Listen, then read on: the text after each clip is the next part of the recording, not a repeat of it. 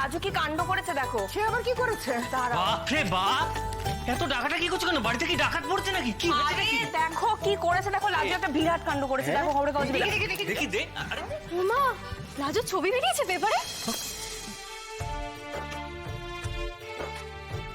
বীরভূমে বাল্য বিবাহ রুখল উচ্চ মাধ্যমিক পড়ুয়া, পুলিশের হেফাজতে পাত্র সহ অভিযুক্তরা।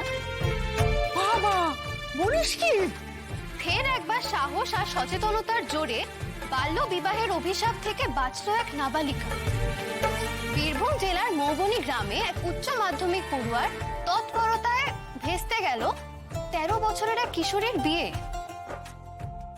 এই ঘটনায় পাত্র সহ মূল অভিযুক্তদের গ্রেফতার করেছে পুলিশ।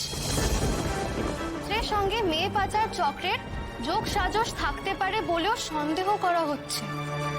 স্থানীয় সূত্রে জানা গিয়েছে মৌবনী গ্রামের বাসিন্দা রুমা নাম পরিবর্তিত নামে এক 13 বছরের কিশোরীর বাবা তার বিয়ে ঠিক করেছিলেন। পাত্রের বাড়ি সুন্দরবন অঞ্চলের এবং তার বয়স ছিল প্রায় 40 বছর। জোর করে নাবালিকার বিয়ে দেওয়ার খবর জানতে পারেন গ্রামেরই উচ্চ মাধ্যমিক পড়ুয়া লাজবন্তী গোস্বামী।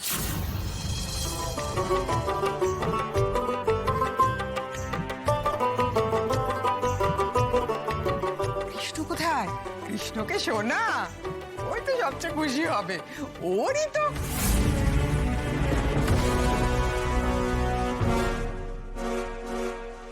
ওরই তো কি মা? না বলুন না, কি বলতে যাচ্ছিলেন এক্ষুনি?